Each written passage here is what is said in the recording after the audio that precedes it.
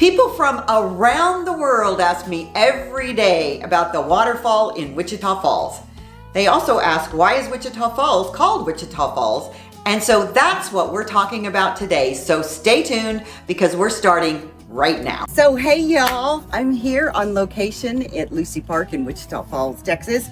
This channel is all about your Wichita Falls, and the park is just now transitioning into fall, which is always so fascinating because it's still hot. But nothing much has changed in Wichita Falls since I did this video that you're about to see. If you want to know more about this community, there's a relocation guide in the body on the show notes. So for sure, check that out. In the meantime, this is one of these videos that I recorded early on. It's an oldie but goodie, and you're gonna love it. I'm gonna share with you something really fun at the end.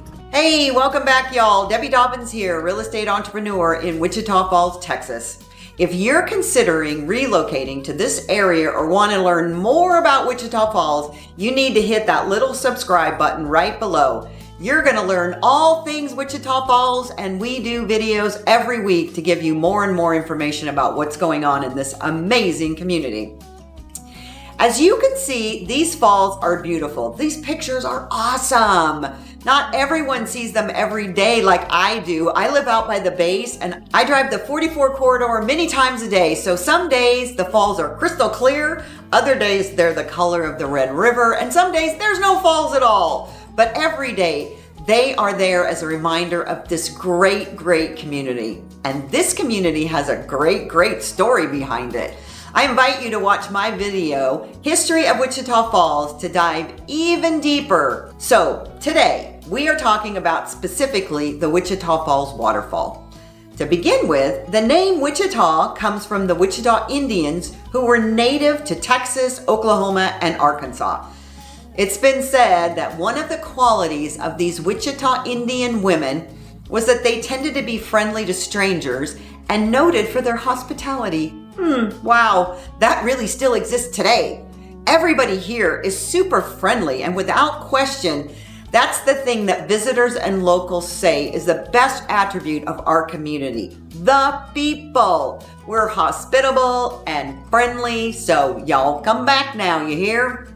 But anyways, so for me, every day that I see those falls, I'm reminded of that heritage. I'm digressing just a little bit. Let me tell you, legend has it that before crossing the river, the women, the Indians, would test to see if it was higher than waist deep before crossing so as not to be swept away, because there were these low river falls along the river which caused it to rise.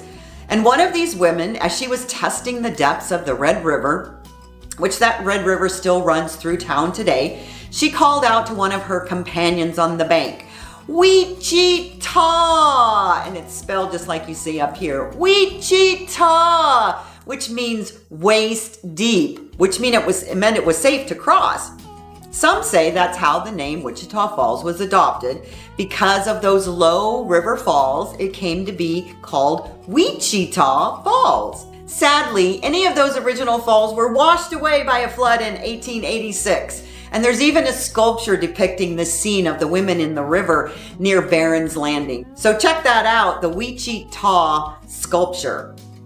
This is one legend, and depending on who you ask, the story seems to be fluid about how the name Wichita Falls came to be. So we interrupt this broadcast with a news from our sponsor. That's me. Be sure to download that relocation guide because that will give you so much of the fun that's happening here in a very concise format. But more than that, check out this channel because there are so many fun videos on here, literally.